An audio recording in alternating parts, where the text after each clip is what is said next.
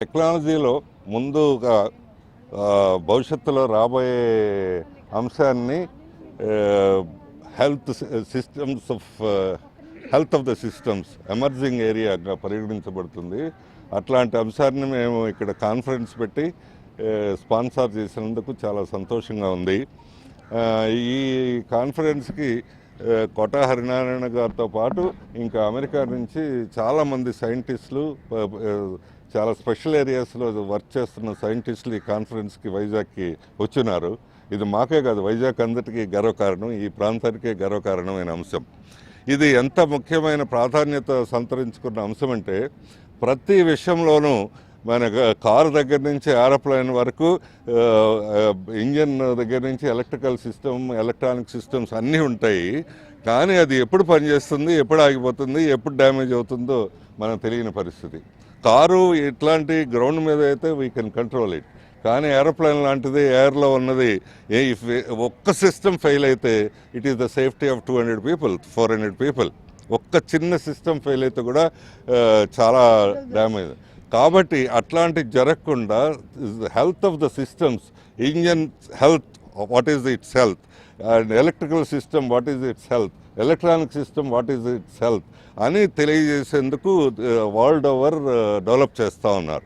ఇప్పుడే సైంటిస్ట్ గారు కూడా ఏరియాలో వర్క్ చేస్తున్నారని కూడా చెప్తున్నారు. ఇప్పుడున్న precautionary safety measures only 10 to 15%, అంతకంటే లేదు. ఇంకా 70% మన అదృష్టానికి, భగవంతుడి దీనికి వదిలేస్తున్నాం.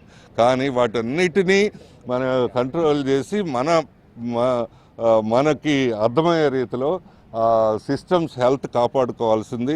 చాలా ఎర్లీగా ఒక ఇంజన్ ఇది నెక్స్ట్ 1 lakh కిలోమీటర్స్కి ఫేజ్లో ఉంటుంది, 50,000 కిలోమీటర్స్కి ఫేజ్లో ఉంటుందని తెలిసే పరిస్థితి ఈ systems, health of the systems.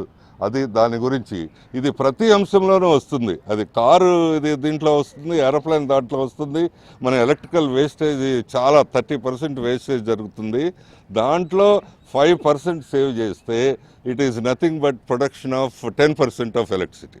మనం ఎంతసేపటికి మాట్లాడటం ఎలక్ట్రిసిటీ ప్రొడక్షన్ గురించి మాట్లాడుతున్నాం, బట్ ఎలక్ట్రిసిటీ సేవింగ్ గురించి మాట్లాడలేకపోతున్నాం. ఆ సేవింగ్కి ఇట్ ఈస్ హ్యూమన్లీ వీలవట్లేదు. అది we have to develop some system, a healthy system to control the saving of the or not to waste the electrical power.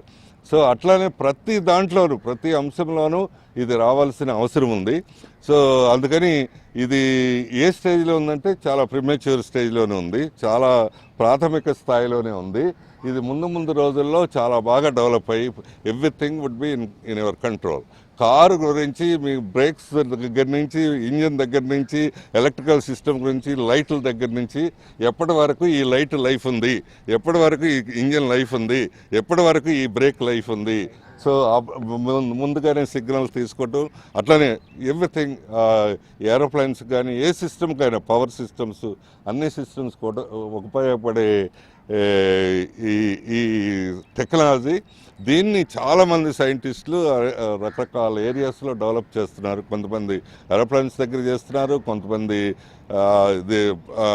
Power దగ్గర చేస్తున్నారు, ఇంకా కొంతమంది ఈ స్పేస్ రీసెర్చ్లో చేస్తున్నారు. ఇదంతా చేస్తున్నారు. వీళ్ళందరినీ ఒక చోటకు పూల్ చేసి ఇక్కడ కాన్ఫరెన్స్ జరగటం, ఎక్స్చేంజ్ ఆఫ్ నాలెడ్జ్ జరగటం అవుతుంది. మీ అందరికీ తెలిసిందే, ఎప్పుడైనా నాలెడ్జ్ షేరింగ్ వలన, డిస్కషన్ వలన, డిబేట్ వలన పెరుగుతుంది. మామూలుగా జస్ట్ లైక్ దట్ పుస్తకం చదివినంత మాత్రాన, వన్ సైడ్ ఉన్నంత మాత్రాన నాలెడ్జ్ ఎప్పుడు it is always, knowledge always gross by sharing, by debating, by discussions. That is exactly ఈ 2 రోజుల నుంచి పెద్ద సైంటిస్టులు ఇక్కడ ఇన్వైట్ చేసి చాలా ఖర్చు ఇదంతా అవుతుంది, బట్ వీఆర్ హ్యాపీ. అయితే వాళ్ళందరూ రిక్వెస్ట్ చేసింది, సజెస్ట్ చేసింది ఏంటంటే we have to have a lead. ఇట్లాంటిది వైజాగ్లో ఒక సెంటర్ పెడితే మీరు లీడ్ తీసుకొని చేయండి అని. ఒక ఇన్స్టిట్యూషన్గా పెట్టడానికి వీలవుతుంది. అది ఒక 4-5 ఇండస్ట్రీ వాళ్ళు కూడా కలిస్తేనే వీలవుతుంది. ఈ అంశం ఏంటంటే ఇండస్ట్రీ వాళ్ళు ఒక పక్కన, ఇన్స్టిట్యూషన్ వాళ్ళు మరో పక్క నుండి చేయాల్సిన అంశం. 4-5 మంచి ఇండస్ట్రీ వాళ్ళని పూల్ చేసి, వాళ్ళని కన్విన్స్ చేసి, will definitely try to develop a centre. అందరికీ తెలిసిందే, ఆంధ్రప్రదేశ్ అందరికీ తెలుసు, Vignan is always head of others in various concepts.